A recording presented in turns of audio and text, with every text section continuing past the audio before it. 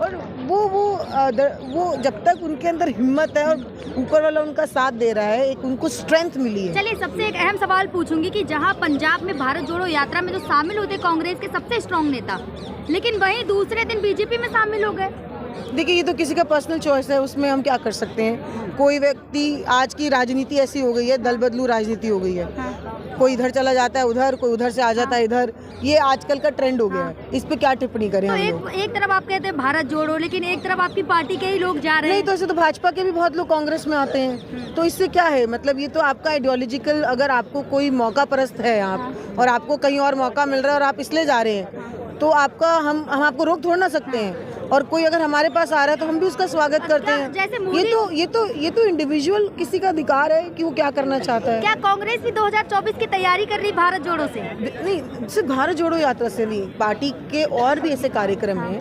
भारत जोड़ो यात्रा का मैसेज बहुत बड़ा है, वो सिर्फ चुनाव तक केंद्रित नहीं है। वो देश में सद्भाव लाने की बात कर रहे हैं, देश को जोड़ने की बात कर रहे हैं। जो नफरत के बीज बोए जा रहे हैं वो खत्म हो, इस तरीके की बात और संदेश दिया जा रहा है। चुनाव एक अलग चीज़ है। 2024 की तैयारी कांग्रेस पार्टी कर रही है। हमारी लगातार निरंतर मीटिंग्स चल रही हैं, अंदर इंटरनल डिस्कशन स्टार्ट हो चुके हैं। 2024 में जनता बदलाव चाहती है और होगा। कुछ लोग कह रहे हैं कि राहुल जी अपनी छवि सुधार रहे हैं। देखिए, राहुल जी अपनी छवि, उनको अपनी छवि क्यों सुधारनी है, आप बताइए मुझे इसका सवाल का तो आप मुझे जवाब दीजिए। उनकी तो छवि बिगाड़ी भाजपा वालों ने। मैम, भारत जोड़ो यात्रा जिन्होंने हजारों करोड़ रुपए खर्च करके राहुल गांधी जी की छवि को खराब किया है, वो देखें कि सही छवि है या गलत छवि है। राहुल गांधी सच्चे आदमी है और वो अपनी छवि जैसे पहले दिन थे आज भी वैसे ही। मैम, भारत जोड़ो यात्रा से जनता को क्या मैसेज देना चाहेंगी?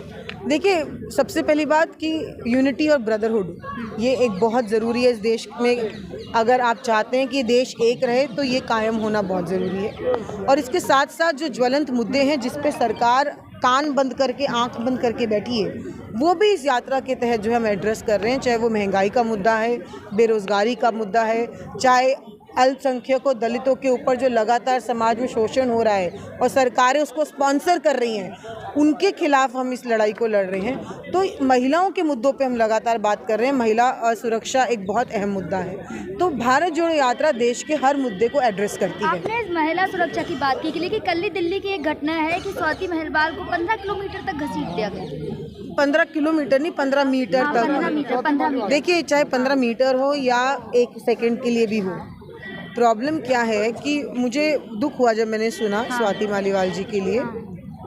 आइडियोलॉजी हमारी कितनी अलग हो, लेकिन महिला हैं वो पहले, और अगर उनके साथ भी कुछ गलत होगा तो मैं उनके इस बात पे उनके साथ खड़ी हूँ और उनके साथ इस लड़ाई को लड़ूंगी।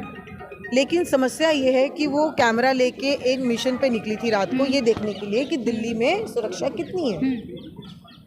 ये दिल्ली की जो प्रॉब्लम है उन्होंने उसको तो हाईलाइट कर दिया, पर वो तो खुद सरकार में बैठी है ना।